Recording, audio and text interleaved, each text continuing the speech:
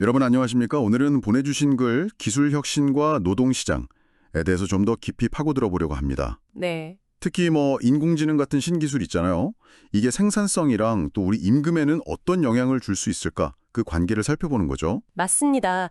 이 글이 어떤 논리로 이야기를 풀어가는지, 또 핵심 주장이 뭔지, 그걸 좀 자세히 보려고 해요. 네네. 문장들끼리 어떻게 연결되는지, 또 중요한 개념은 어떻게 다른 말로 표현되는지, 이런 걸 보면서 글의 전체 메시지를 명확하게 이해하는 데 좀 집중해 보겠습니다. 좋습니다. 그럼 첫 문장부터 볼까요?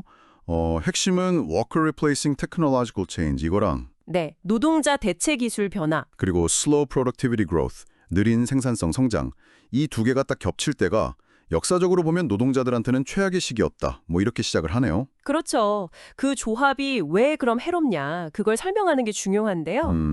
기술이 일자리를 대체하는데 생산성 성장은 느려요. 그러면 경제 전체의 부가 충분히 늘지 않으니까 어떤 새로운 수요를 만들어내기가 어려운 거죠. 일자리는 없어지는데 그걸 메울 만한 다른 기회가 잘 안 생긴다 이런 거군요. 바로 그겁니다. 수요 창출이 안 된다는 거죠. 근데 바로 다음엔 분위기가 살짝 바뀌는 것 같아요. AI 같은 brilliant technologies, 그러니까 뛰어난 기술들에 대한 좀 기대감 이런 걸 보여주잖아요. 네, 맞아요. 아제모굴라랑 레스트레포의 견해를 인용하면서요. 그렇죠. 이런 기술이 우리를 더 부유하게 만들어서 결국엔 인간이 아는 다른 상품이나 서비스에 대한 수요, 즉 create more demand를 만들어낼 수 있다. 이렇게 설명하죠. 여기서 as라는 단어가 나오는데 이게 이유를 나타내는 거죠. 때문에? 네. 뛰어난 기술이 부를 창출하기 때문에 그 결과로 인간 노동에 대한 새로운 수요가 생긴다. 이런 논리예요. 그러니까 기술이 꼭 직접적으로 대체만 하는 게 아니라 네. 간접적으로는 보완 효과도 가질 수 있다. 이런 가능성을 이야기하는 거죠. 그러면서 이제 indeed라는 말로 구체적인 사례를 들어요. 네, 실제로 그랬던 적이 있다 이거죠. 1995년에서 2000년 사이 이때 컴퓨터가 productivity boom, 즉 생산성 급증을 이끌었을 때잖아요. 그렇죠. 그때 이전이나 이후 시기보다 wages grew faster, 임금이 더 빨리 올랐다. 이걸 근거로 제시하죠. 이 인디드가 앞선 주장을 뒷받침하는 역할을 아주 잘해주고 있습니다. 생산성 성장과 임금 상승이 같이 갈 수도 있다. 뛰어난 기술이 긍정적일 수 있다는 걸 보여주는 거죠. 하지만 또 여기서 but이 등장하면서 논지가 한번 꺾입니다. 이게 중요한 부분 같은데요. 맞아요. 중요한 단서죠. 생산성이 아무리 높아도 그 기술이 만약 replacing sort가 대체하는 종류의 것이라면 대체형 기술이라면. 네, 그러면 임금 상승률이 생산성 증가율보다 fall behind, 뒤처질 수 있다. 심지어는 일부 노동자는 아예 incomes vanish, 소득이 사라질 수도 있다고요. 이 replacing sort라는 표현에 주목해야 합니다. 앞에서 나왔던 worker replacing technological change와 사실상 같은 개념이죠. 같은 말을 다르게 표현한 거군요. 네. 노동자를 대체하는 성격의 기술이라는 걸 다시 한번 강조하는 거예요. 그러니까 생산성 형상 그 자체만으로는 임금 상승이 보장되는 게 아니다. 기술의 성격이 중요하다. 이걸 분명히 하는 거죠. 그렇군요. 그리고 마지막 문장이 that is what 이렇게 시작하면서 방금 말한 그 현상 있잖아요. 대체형 기술 때문에 임금이 좀 부진한 문제, 이게 최근 몇 년간의 일일 뿐만 아니라 저 멀리 산업화 시대에도 있었던 패턴이다. 이렇게 연결하면서 끝나네요. 네, 그 연결이 중요합니다.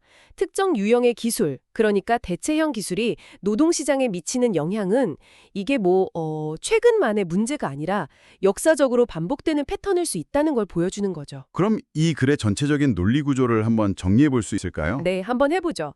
일단 역사적 경고를 먼저 던집니다.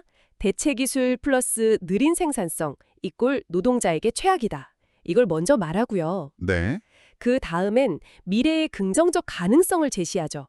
AI 같은 뛰어난 기술이 부를 늘려서 새로운 수요를 만들 수 있다. 그렇죠. 낙관론. 네. 그리고 그 긍정론의 근거로 90년대 컴퓨터 부흥 사례를 들고요. 네. 하지만 바로 중요한 반론 또는 조건을 답니다. but 부분, 생산성이 높아도 기술이 대체형이면 임금이 뒤처질 수 있다. 마지막으로 결론 및 역사적 연결. 이 대체형 기술 문제는 현재뿐 아니라 과거 산업화 시대에도 있었던 패턴이다. That is what. 이렇게 연결되는 구조죠. 명확하네요. 그리고 말씀하신 것처럼 글 전체에서 worker replacing이나 replacing sort가 같은 개념, 노동 대체 기술을 나타내고 productivity growth랑 productivity boom도 결국 생산성이라는 핵심 아이디어를 다른 말로 표현한 거고요. 맞습니다. 같은 개념을 다양한 어휘로 표현하면서 논지를 전개하고 있죠. 그럼 이 글 전체 내용을 한 문장으로 요약한다면 어떻게 될까요? 기술 발전, 특히 노동력을 대체하는 성격의 기술은 생산성 증가 속도와 맞물려서 노동자 임금에 복합적인 영향을 미치는데 아무리 뛰어난 기술이라 하더라도 단기적으로는 임금 정체나 소득 불균형을 심화시킬 수도 있다. 뭐 이 정도로 할 수 있겠습니다. 네, 핵심이 잘 들어간 것 같습니다. 그럼 이 글의 전체 요지는 뭐라고 할 수 있을까요? 요지는 기술 혁신이 노동시장에 미치는 영향은 기술의 성격, 그러니까 대체형이냐 보완형이냐 그리고 생산성 증가 속도 이 두 가지에 따라 매우 복합적으로 나타난다. 그래서 뛰어난 기술이라고 해서 무조건 좋은 게 아니라 단기적으로는 임금 정체나 소득 감소를 가져올 수도 있다는 경고와 분석이라고 봐야죠. 주제는 역시 기술 혁신과 노동시장의 관계일 거고요. 제목을 붙여본다면요? 글쎄요, 뭐 기술의 양면성, 생산성과 노동자의 미래나 아니면 기술 발전, 누구를 위한 것인가 뭐 이런 식도 가능할 것 같습니다. 흥미롭네요. 오늘 살펴본 글처럼 기술이라는 게 참 우리 삶을 풍요롭게 할 잠재력도 크지만 동시에 일자리 문제나 불평등 같은 좀 어려운 숙제들도 안겨주는 것 같습니다. 그렇죠. 마지막으로 여러분께 한번 생각해 볼 만한 질문을 던지고 싶습니다. 이 글에서 나온 과거의 패턴들을 우리가 봤잖아요. 네. 그렇다면 지금 우리가 경험하고 있는 이 AI 기술 발전은 과연 글에서 말한 뛰어난 기술의 긍정적 효과로 이어질까요? 아니면 과거의 대체형 기술처럼 단기적으로는 일부에게 어려움을 주는 패턴을 반복하게 될까요? 여러분의 생각은 어떠신지 궁금하네요.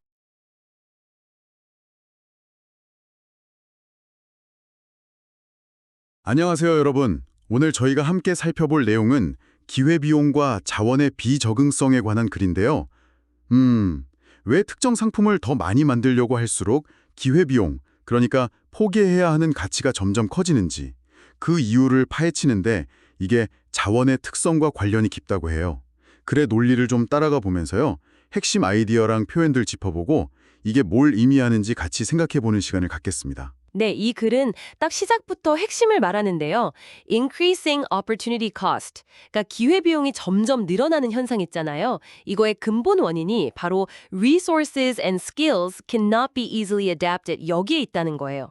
자원이나 기술이라는 게 특정 목적에 맞춰져 있다 보니까 다른 용도로 이렇게 쉽게 바꾸기가 어렵다. 이 비적응성이 핵심 개념인 거죠. 아, 그렇죠. 시작부터 원칙을 딱 제시하고 들어가는군요. 그럼 이 원칙을 좀 더 자세히 설명하겠죠? 네, 그래서 보면 생산량이 늘어날수록 영어 표현대로 more you produce 할수록요, 상황이 좀 달라진다고 해요. 결국에는 forced to employ inputs relatively more suitable for producing other goods 이런 상황에 처하게 된다는 거죠. 그러니까 원래는 다른 물건 만드는데 더 어울렸을 그런 투입 요소들, 뭐 예를 들면 특정 기술자나 설비 같은 거요. 이런 걸 어쩔 수 없이 가져다 써야만 한다. 이런 의미입니다. 아하, 그러니까 처음에는 좀 바꾸기 쉬운 자원부터 쓰다가 점점 생산을 늘리다 보면 뭐랄까 다른 일에 더 잘 맞는 자원을 좀 무리해서라도 끌어와야 한다 이런 거군요.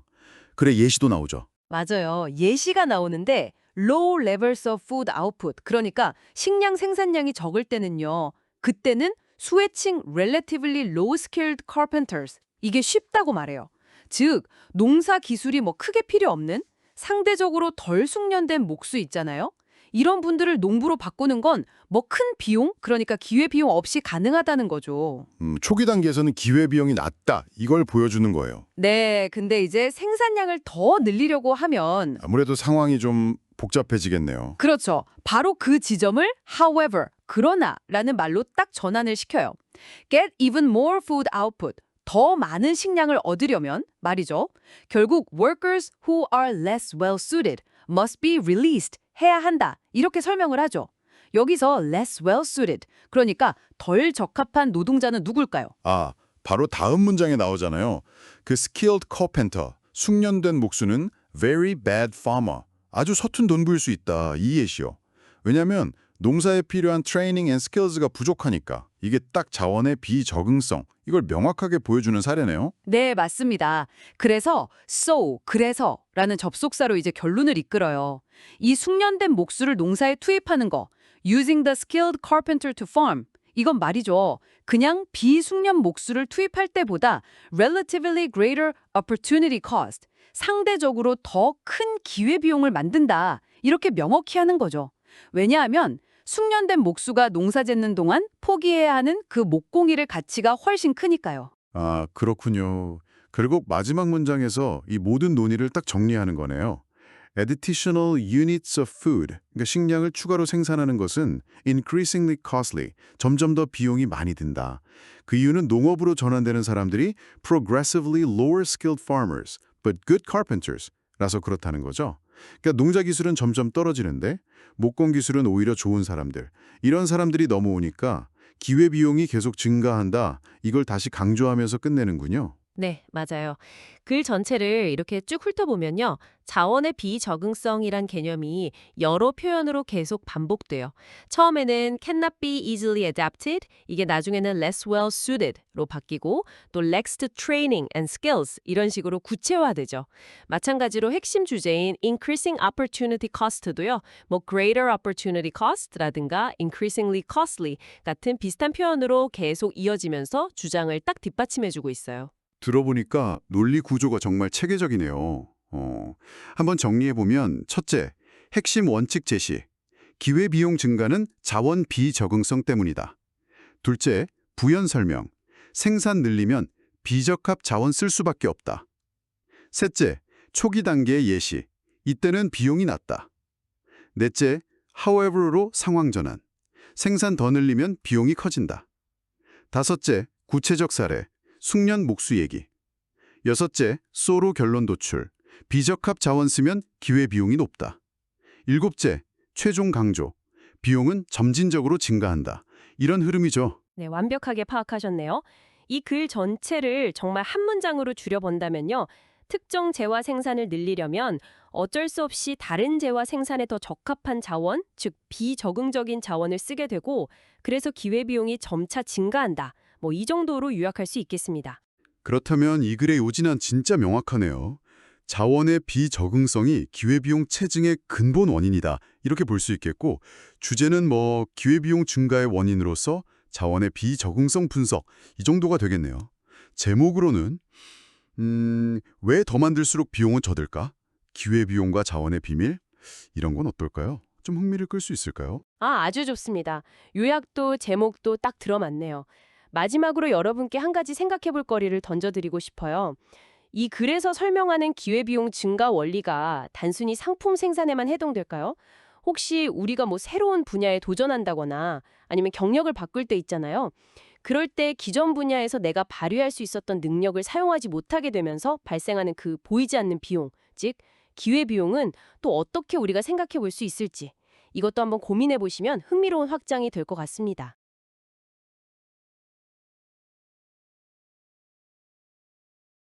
안녕하세요, 여러분. 오늘은 좀 흥미로운 글을 같이 보려고 하는데요.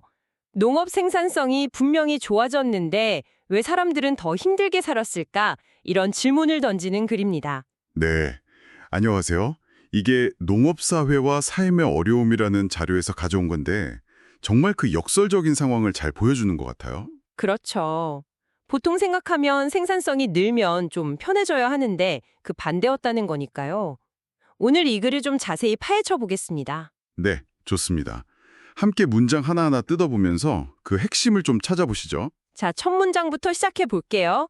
핵심 어구를 좀 짚어보면 farming societies, 그러니까 농업사회죠.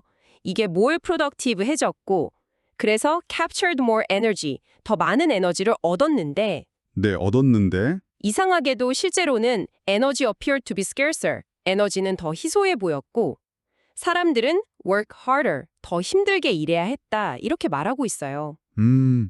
이게 딱 이 글의 문제제기인 거죠. 뭔가 이상하다, 모순이 있다는 걸 처음부터 던져주는 거예요. 맞아요.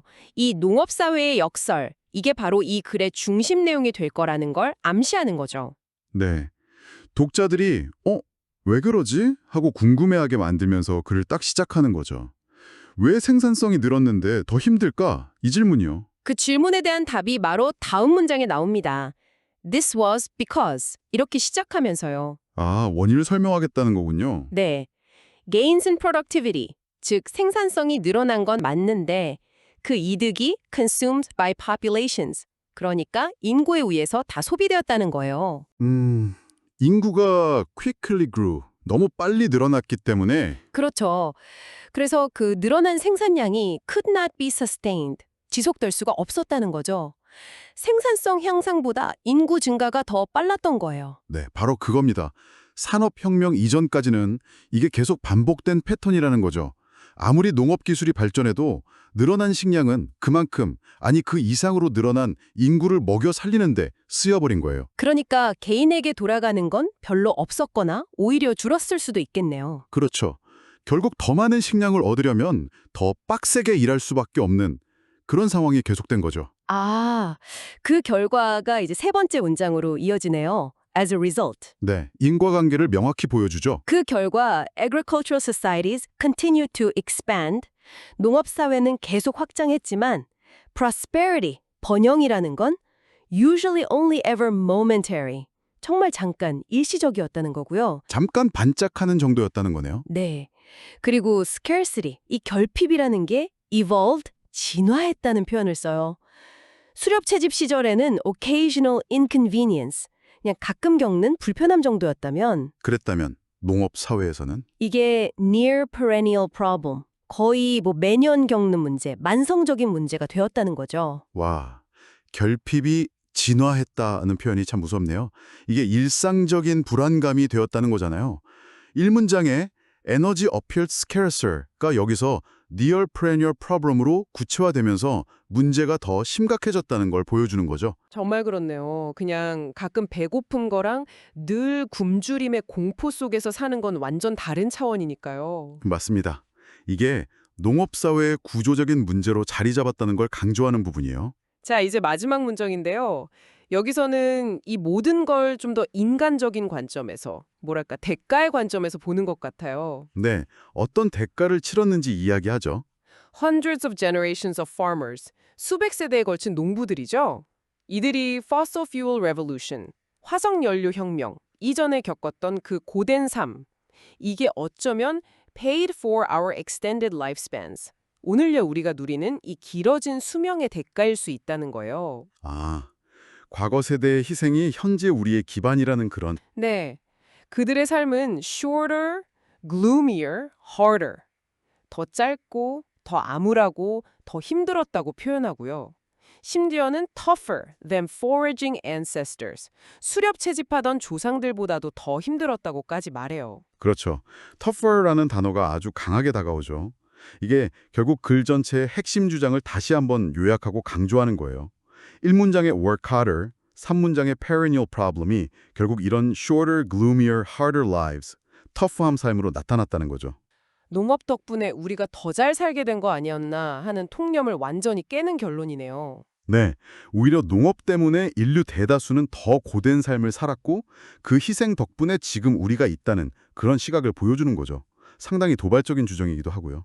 전체적으로 글의 논리 구조를 한번 정리해보면 처음엔 역설적인 상황을 제시하고 1문장, 인구가 너무 빨리 들어서 그리고 그 결과가 어떻게 심화되었는지 보여주고 결핍이 만성적인 문제가 되었다. 마지막으로 그 인간적인 대가와 함께 수렵 채집 시대와 비교하며 결론을 내리는 4문장, 이런 흐름이네요. 맞아요.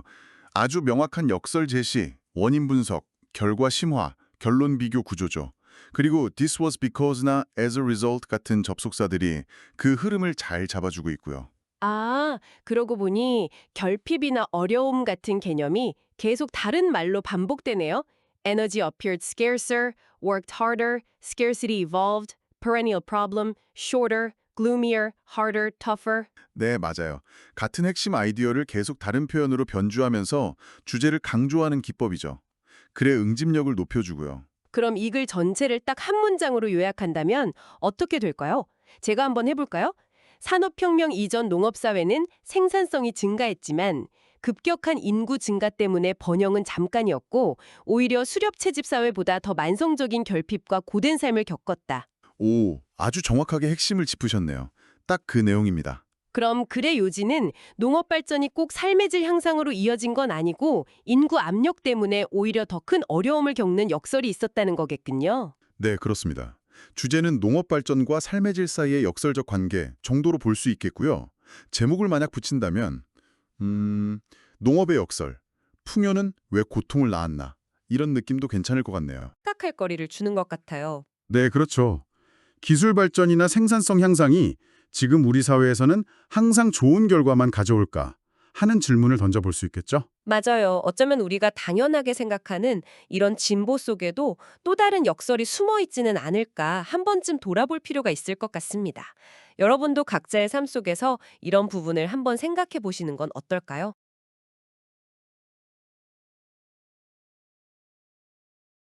여러분 안녕하세요. 오늘은 기억과 상상력, 이 둘의 관계에 대한 아주 흥미로운 글을 같이 좀 깊이 들여다볼까 합니다.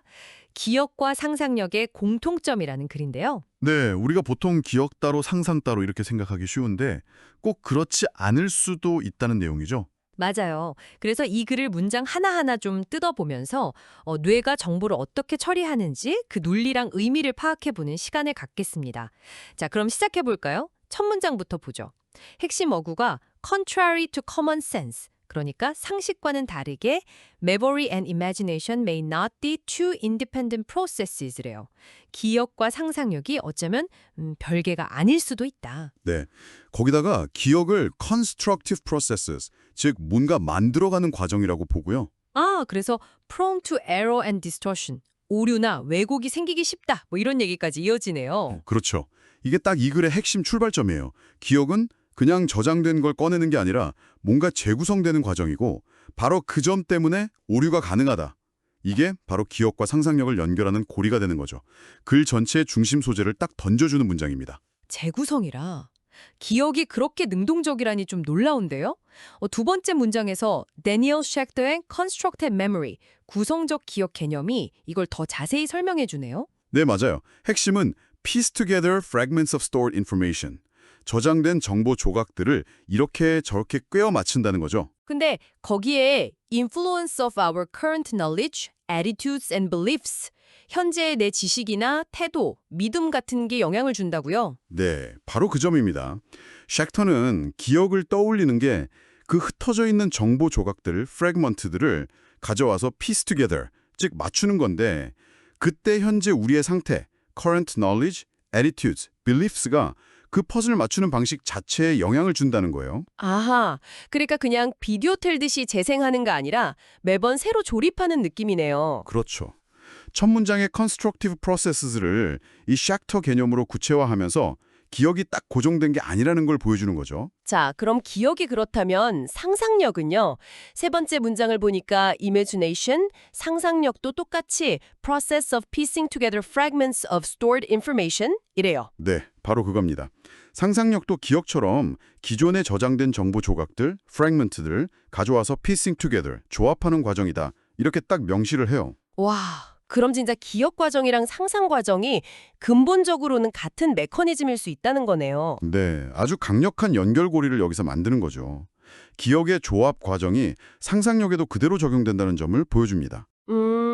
근데 만약 둘이 그렇게 비슷하다면 뇌가 굳이 두 개 시스템을 따로 돌릴 필요가 있을까요?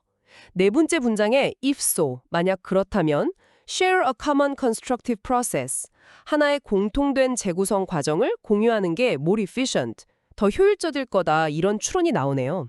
그렇죠. 논리적으로 생각해보면 당연한 수순이죠. if so는 앞의 내용을 받아서 기억이든 상상력이든 정보 조각을 조합하는 거라면 뇌 입장에서는 아예 다른 시스템 두 개보다는 비슷한 작업은 하나의 common constructive process로 처리하는 게 훨씬 more efficient, 효율적일 거라는 합리적인 추론을 제시하는 겁니다. 아, 통합될 수 있다는 논리적 근거군요. 네, 그럼 실제로 뇌과학적으로도 좀 뒷받침이 되나요? 다섯 번째 문장이 from this perspective, 이런 관점에서 보면 뇌의 히포캠퍼스, 해마가 involved in both memory and imagination, 기억과 상상 둘 다에 관련되어 있다는 게 뭐 놀랍지도 않다, 이렇게 지적하는데요. 네, 바로 이론과 실제가 딱 맞아떨어지는 부분이죠.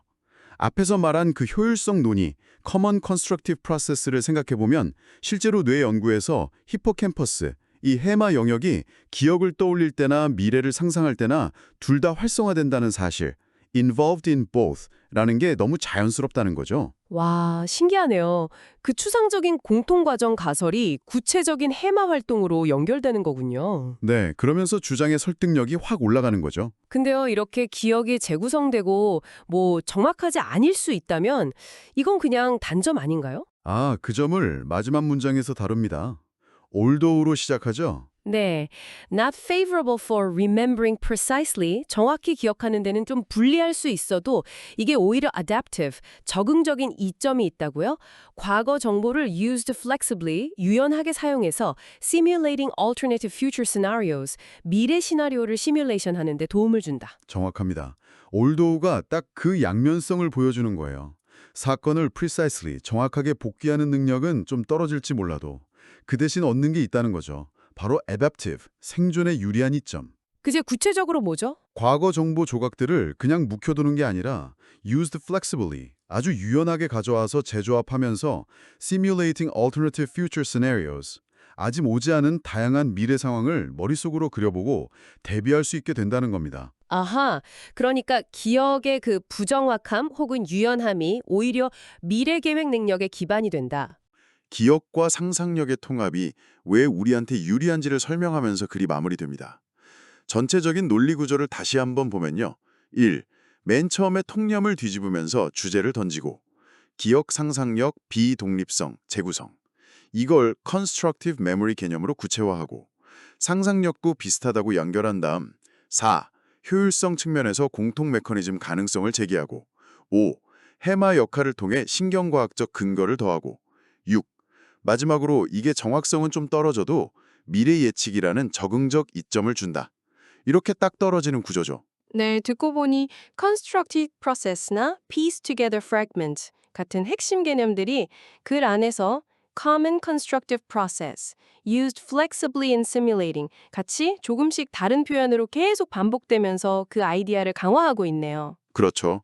그리고 memory and imagination may not be two independent processes 라는 첫 문장의 주장이 해마 이야기, 미래 시뮬레이션 이야기로 쭉 이어지면서 논리적으로 설득력을 더해가는 과정이 보입니다. 그래서 이 글 전체를 한 문장으로 딱 요약한다면 어떻게 될까요?